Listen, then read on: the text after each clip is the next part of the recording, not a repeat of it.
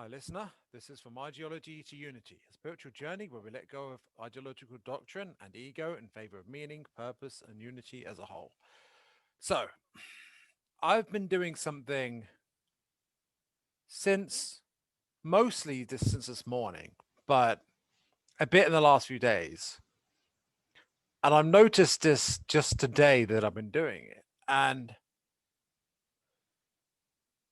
so, if you saw my episode with gone blank, Chris Tazrita, um, he was saying that we've seen both of the episodes actually, but what he did to how he changed himself to awaken, how he awakened was essentially he trained himself to be grateful every day with everyday things.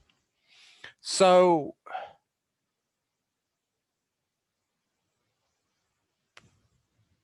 I woke up in the night, I heard some odd noise. On hindsight, it was probably me snoring. Um, Now, in the past, I've done that and I've actually been spooked and got scared. And I got a little bit like that, but less so. And what I did as well to get out, to help myself, is what I did is I focused on, well, I'm grateful to have a bed. I'm grateful to have a computer, stuff like that. I did some gratitude and then I sort of went back to sleep and it was fine. I got up in the morning and I was like, I did that gratefulness thing. So I did that a bit more. I went to the loo, seen the loo, and it's like, I'm grateful to have a toilet. I'm grateful to have a ceiling, and how I'm grateful to have the privacy to, for the loo and stuff like that. And then I realized what I was doing, and I was like, I'm doing what Chris Tazrita did. Um, and if what he did was actually led to an awakening, well, perhaps that's what I'm going to be doing, right? Perhaps it really is that powerful. Gratitude is powerful. Um, it can be really, it can really help you feel good, right? Like in the meditations I've done with, what's it called, Brian Scott. There's this 12-minute one I've been doing. It's 12-minute priming meditation or something. It's pretty good. And some other meditations as well have done this, which have included gratitude, or a stage of the meditation, which involves gratitude. You focus heavily on being grateful, and this upwelling of emotion can really come up. Like once I was really focusing on my gratitude for my mum taking care of me when I was a child, or even when I was a baby, when nappies and all of that stuff, and really, really, really deeply consider the gratitude, especially with people who are kind to you and loving towards you. Sometimes you can get this upwelling of feeling. I guess it's love, perhaps joy, perhaps both. And this feeling, it's a sort of feeling where you can cry, but in a good way that feels amazing. Um, or at least get moist eyes, and there's a reason it feels so good. And the reason it kind of feels natural when you actually start doing it. It's a way to awaken, or at very least to help your awakening. Now, I will say, if you've got negative emotion that's built up, um, you don't want to completely ignore it. That would be spiritual bypassing. You do want to address that, do shadow work, etc. And by shadow work, I don't mean killing a puppy. I mean actually, like, suppose you've got a dirty room, right? You want to clear your room. You want to clean your room and wipe it up, get rid of the dirt. And that involves some work. You're right. You've got to get down and dirty with it. Uh, with a cloth or whatever, and actually work hard to actually clear it up. You can't just ignore it and be like, oh no, the dirt's gone. If I ignore the dirt, then it doesn't exist. No, I mean, there might be arguments for people to manifestation, but that's not the point. The point is, you do that with your own emotions, you can clear it out, you know, go through or clean out your closet. You know, you've got stuff that piled up in there. You've got stuff that you've been putting off dealing with it, and it's actually overflowing, and like it's kind of an issue, right? And it's actually comes to the point where stuff falls out of it at random points and interferes with what you're doing. And like in life, that happens with your emotions, right? Your negative emotions. Like you're going about your life, you'll be not dealing with certain emotions. Suddenly, you're snapping at someone, or you just feel depressed or something, or whatever, right? It starts intruding into your actual quality of life or your ability to get stuff done. And that can be a problem, just like mess can be a problem, just like dirt can be a problem. It might affect your health. I mean, bad mental health and negative emotions building up, not dealt with, that can affect your physical health, just as not being clean, like if the kitchen's really dirty, that can be bad for your mental physical health as well, right? So that's why when people are like, no, I refuse to buy it, we need to be positive all the time, and I don't accept the idea that there's negativity, that's actually dark people who are trying to trick us. There are people who say this. There are people who say this. I've seen it. I've seen it. And I understand, but like, so they believe you can just be positive all the time, right? And that just embrace the light all out all times. Just do that all the time. And to them, that's like the light, love light, love light, love light, love light, love light. Okay, I've done it though.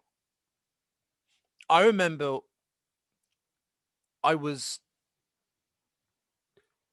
at one point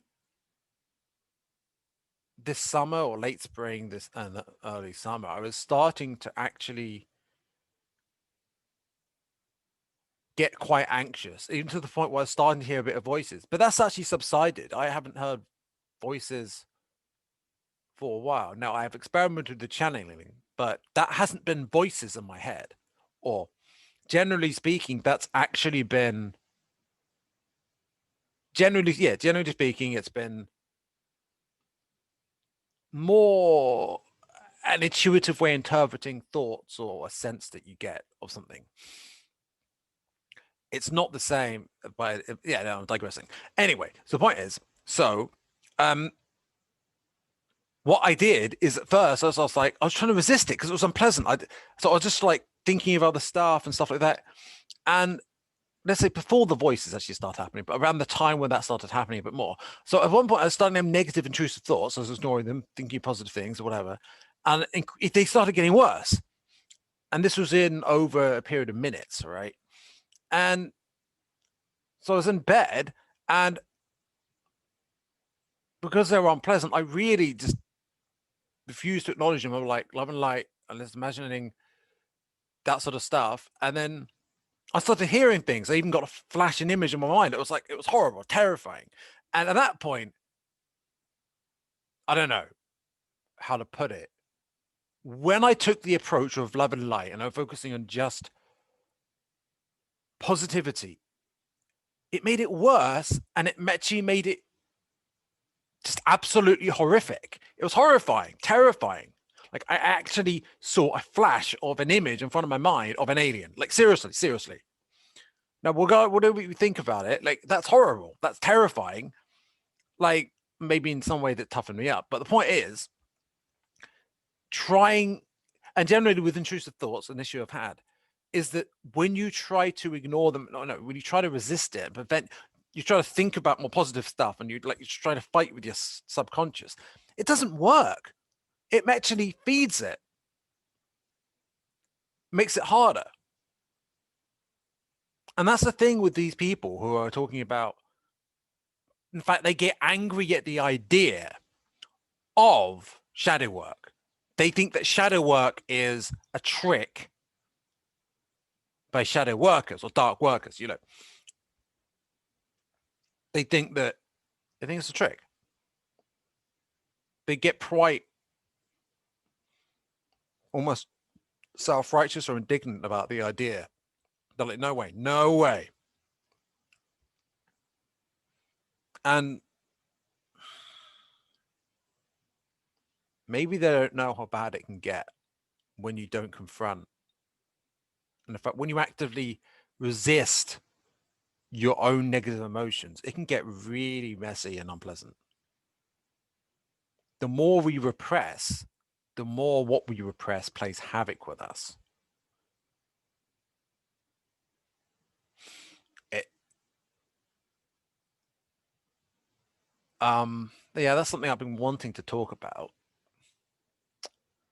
as well. So, on one hand, focusing on gratitude, focusing on love that we have for the people and Gaia, whatever, focusing on opening up our hearts, knowing ourselves, loving ourselves, um, accepting ourselves, forgiving ourselves. Like, in fact, to do these things, we need to actually lovingly embrace the darkness we have within us. So we look at it and we don't just observe it and be like, that's a problem, we've got to do something with it. Although, you want to clean it up. But how do you clean it up? With love. It's tough to experience, to confront it. And sometimes you're going to feel that negative emotion and really let yourself feel it rather than repress it. But lovingly embrace it and be like, it's okay that I'm feeling this way. It's okay that I have this feeling. You know, I'm not going to pretend that I'm really this guru about how to deal with your emotions, like Eckhart Tolle or something, right? I'm just saying my perspective from my experience. If you're listening, maybe it could be useful for you. Maybe not. That's okay. That's okay. So, and I'm in a position where I'm only just recently making a breakthrough, but I can tell you what's leading to the breakthrough and what it feels like. I'm at the point of that turning point. And so perhaps the fact I'm there is valuable in some way. Because it's all very well for someone to tell you what it's like when they're like Dalai Lama or something, and that they can give some really great insight. But there's a sense in which it can feel so distant from where you're at. And you can hear that and you're like, but how does that help me? They don't understand. They're in such a high frequency, they don't understand what it's like to be going through this. And maybe you're wrong, but maybe not. Maybe there's a point. Maybe you get used to a higher frequency and you forget how tough it is. I don't know. But so, but what I've started to realize is I'm trying to get it so I practice gratitude every day. And in meditations, I focus on how my loving feelings and stuff, and it feels pretty good. But at the same time, I'm focusing on letting myself feel those negative emotions. I feel like fear has been someone I've been grappling with this year, especially. Not fear of COVID, but fear of other things.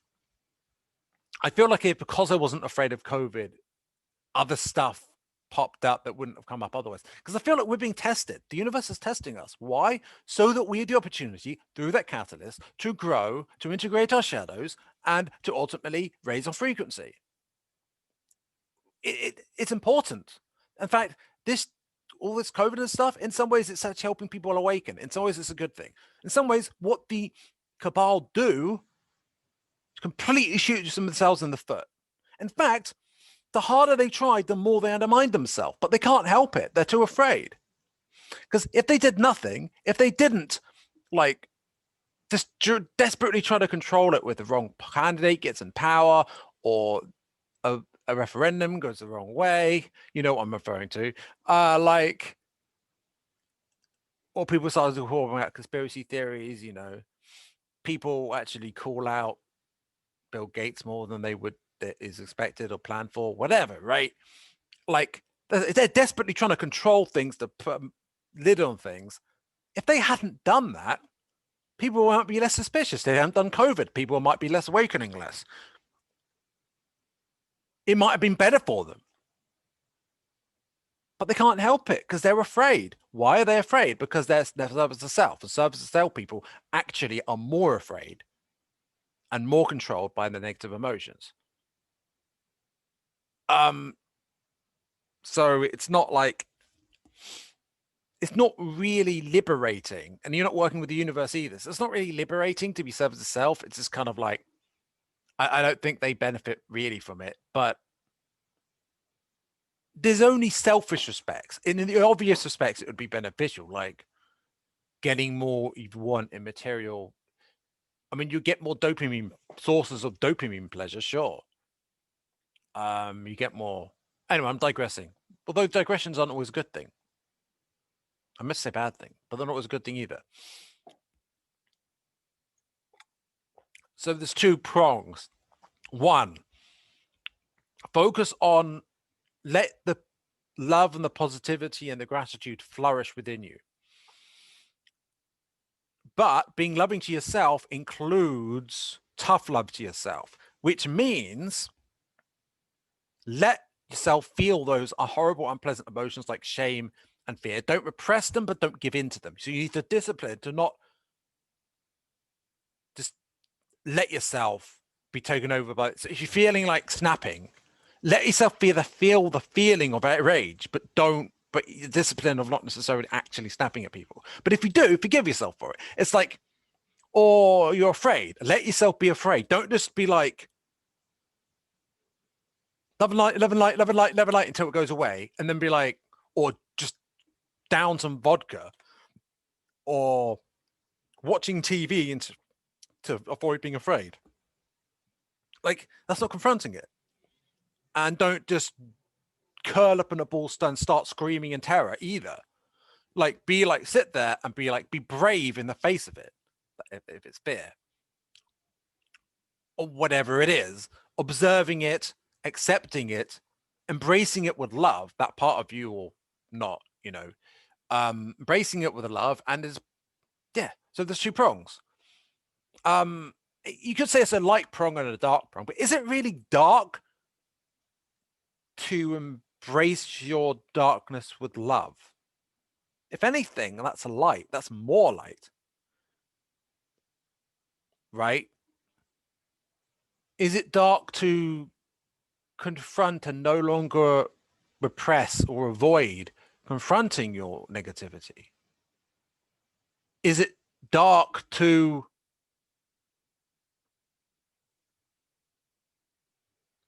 let it out, let it come out gradually, come out naturally by letting yourself feel it? That's not dark. That's actually like that lightens you. That makes you that raises your frequency, makes you more light by clearing out some of the darkness, by letting it be felt and come out naturally, right? From my perspective, that's not a dark thing to do. It's the opposite. Now, maybe some people are saying like, oh, they're not a real light worker if they're not confronting the darkness. That's a bit harsh. And that's not necessarily helpful, in my opinion. It'd be better to say they're not, they're making it harder for themselves in certain respects, perhaps, if they are not confronting their darkness. And maybe they're just early on in their journey. I mean, the way I put it is like, so in the early, was it the old Republic in Star Wars, Revan and his buddy, I can't remember what it's called, maybe Malak or something, I can't remember. They were on this basically on a crusade against the Sith. They were like badass as hell in their fight against the Sith, and all that, fanatical in their devotion to the conflict, to defeating the evil, to defeating the Sith. They end up falling because of it, because there's this darkness growing within them.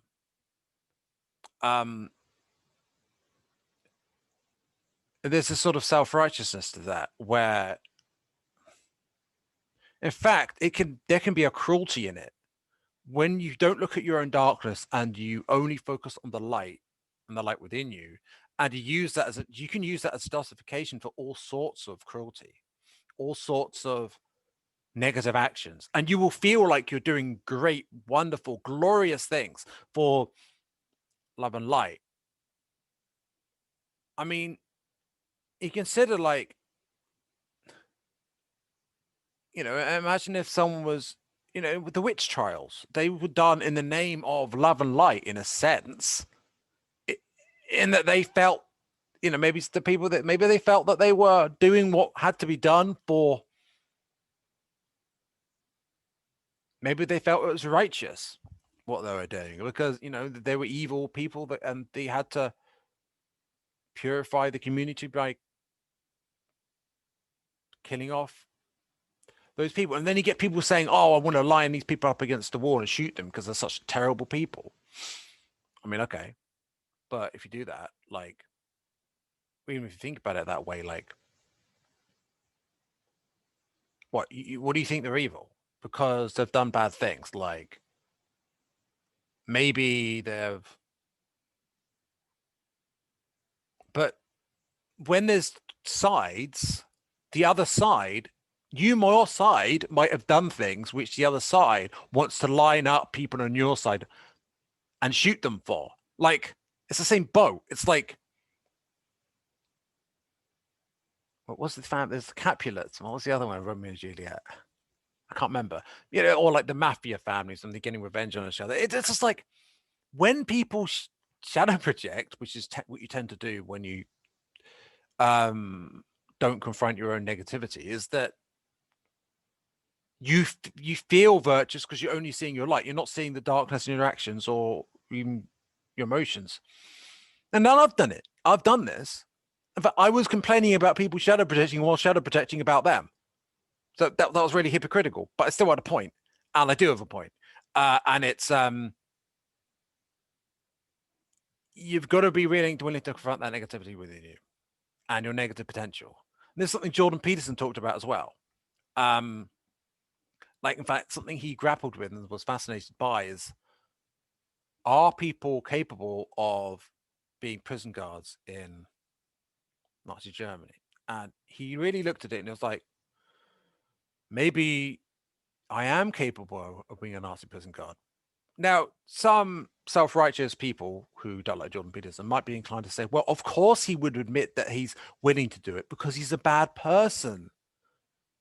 But one characteristic of this paladin approach, this Jedi approach, keep in mind the Jedi fell because they were ignoring the dark side that was growing within the Republic, hidden from sight, big metaphor, the growing influence of the shadow and the darkness in in the galaxy. They were ignoring it, they weren't confronting it, they're all self-righteous and led to their downfall. Anyway, so this paladin approach, like, I will smite down the evil ones.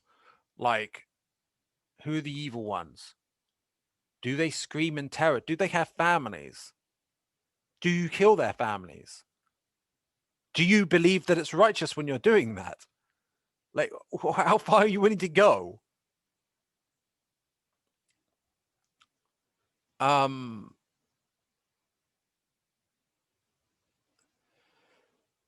and that approach, like this shadow projection approach, is it entirely honest? Is it really honest to be insisting that you're entirely light and you're aligning with light? Just because you aiming entirely to get the light doesn't mean that you're embodying the light entirely, right? Oh, I admit, aiming at the light feels great, and the light is really appealing. It's totally appealing. It really is. Really is. Like, it'd be great to be high vibe all the time and high frequency all the time. And you see people like Eckhart Tolle and they seem like they're doing great and really happy. And you're like, hey, I would like to emulate that. And you can aim towards it and it's all great. But be honest with yourself. You're snapping at people at times. Sometimes you're doing things you're not even happy with. Like,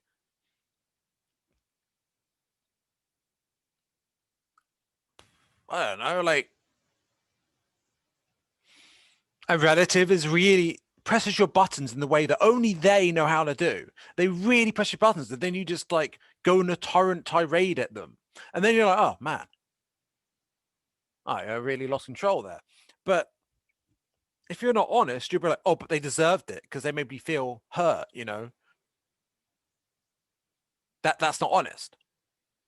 Or you could say it was righteous. It was a glorious, wonderful thing that I gave them the suffering they deserved. And it's righteous scales being corrected through punishment, through pain. And like, no, that's bullshit. No, no, no, no, no, no, no. That's the logic of the cabal. That's the self-deception and the deception, that logic of find a reason why they deserve it and it's actually righteous. I mean, because think about the negative polarity is they don't just go, they're not all like, it's all bad.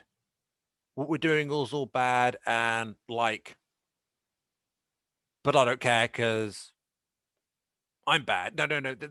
They might not be like that at all. No, what they're like is what I'm doing is a good thing. They deceive themselves into thinking that they're doing a good thing. It's worse because it's dishonest. There's the thing. They say, oh, we're strong, we're brave, we're going to face up to the darkness by embracing it. Not those weak people who just do like with the light and the kindness and stuff like that. No, we're stronger because we're willing to be nasty and face up to the dark realities of this world. Like, no, they're dishonest. They're cowardly. They're afraid. They're terribly afraid. And if you look at the Sith in Star Wars, which I suspect is actually influenced by I don't know, the themes line up in quite an interesting way. It must be an influence there, or of some way of mysticism or something.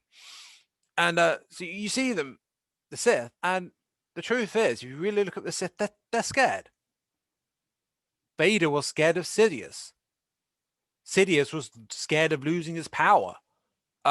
It's obsession with power. Why are they obsessed with power? Powerful control so that they don't feel hurt. Now, what's the drama triangle? The drama triangle is this triangle of often abuse and toxic behavior among people, and it's actually pretty common in ordinary people. I mentioned it before, but in case you don't know, so there are these different roles people can take up, and people can switch roles from time to time as well. So a father comes home from work and he comes across his wife having a go at his kid. Why? Because his kid's been misbehaving or whatever. The mother is heading off. Now, what happens before he arrives? So the mother is taking the, I think, the aggressor role or sending all that. And so she's scared of, so she's kind of taking control and she's scared of what happens if she doesn't have control. And that's why she takes control and continues to do so. Maybe she's stressed, whatever, and maybe she's scared for the kid's well-being, she's afraid she'll hurt himself or something. But she's still being controlling about things, maybe overly so, right? And now the kid, he takes the victim role. He's like, "Wow, it's so terrible, so terrible. Oh, I can't believe Mum's so mean to me." And especially when Dad comes along, he's like, looking at his wide eyes, like, "Dad, help me, Mum, being so mean." So Dad comes along as like, as the rescuer, right? That's the third part, the rescuer, the one who rescues the victim, who feels their sense of identity from an ego, bit puffed up from that. So the persecutor, their sense of ego is through their control, and they're afraid of being the victim, so they're the aggressor to do that, right? Um, the the rescuer gets a sense of control or whatever from, well, rescuing the victim, who they identify as the victim. You see this often in ideologies, but I won't get to that. Then the victim gets it from their sense of weakness and reliance on others. But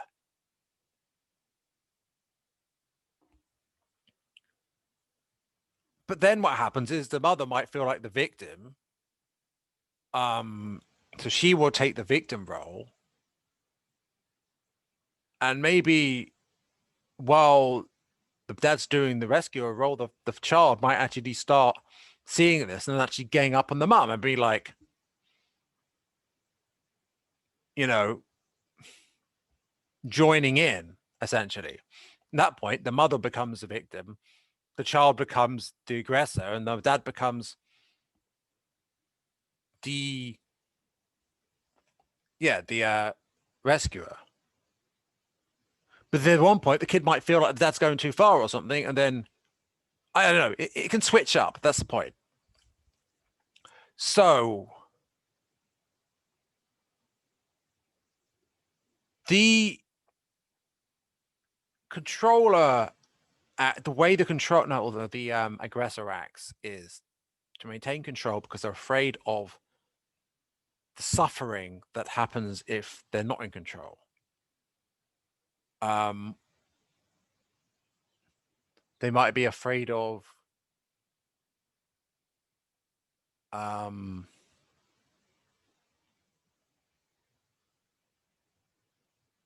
well, suppose they're afraid of physical pain. That's the most obvious thing, or they're afraid of being looked at as weak, or whatever. They're afraid of something, so they're maintaining their control and their aggressive action so that they don't end up in the victim role.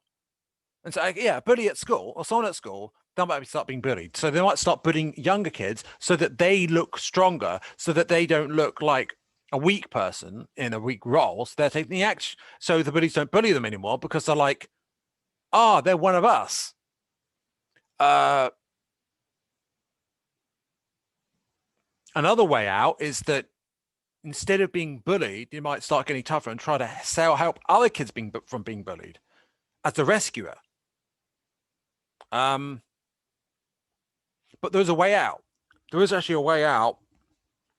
It involves letting go of fear, I think, and letting go of shame and stuff like that. Well, honestly, I'm not sure exactly. I can't recall exactly what the way out of it is, but part of it involves not identifying too much and attaching too much with the outcome and with one of those three positions. But anyway, the point is, service itself was all about fear, and also, well, why was I talking about that? That was also a tangent. The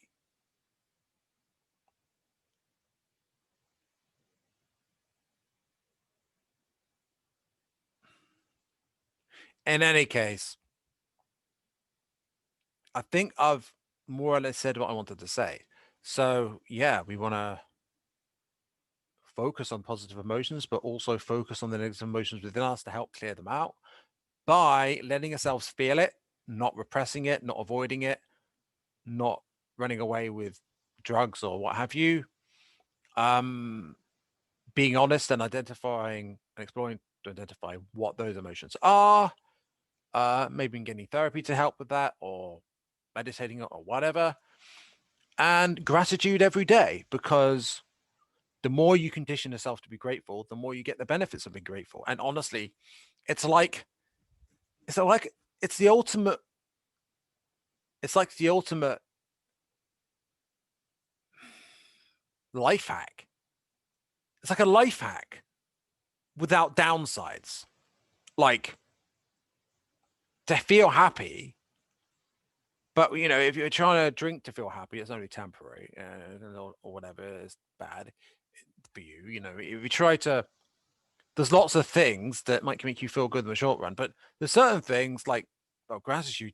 It's like, as long as you don't spiritually bypass, gratitude is like amazing, and you can really accelerate your awakening with it. That's how I feel anyway, and that summarizes what I've been saying. So I'm grateful to be able to do what I love, and in the process share any insight I might have, or at least I feel I have, with you guys. So yeah, bye for now.